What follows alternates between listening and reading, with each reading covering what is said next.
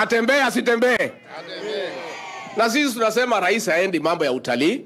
Kama anataka utalii iko hapa Mombasa, iko hapa Masai Mara.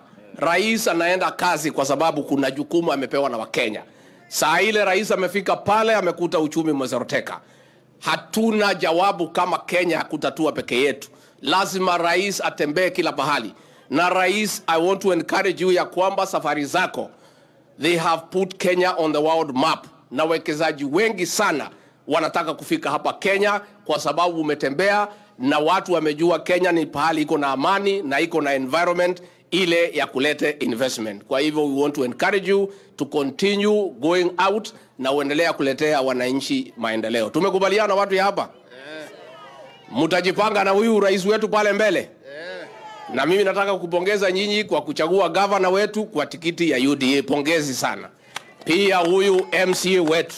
Na pale mbele watu ya Pwani pia, kama mnataka kumuunga huyu rais wetu mkono.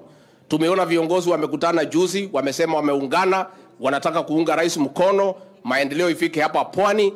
Pia tunawaomba wakubali ndio tutembee pamoja, pole pole wakuje kwa chama chetu cha UDA, tutembee safari moja, ndio maendeleo ipatikane na kazi iendelee vizuri.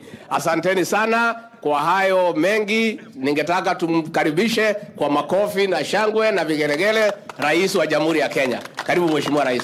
Asante sana.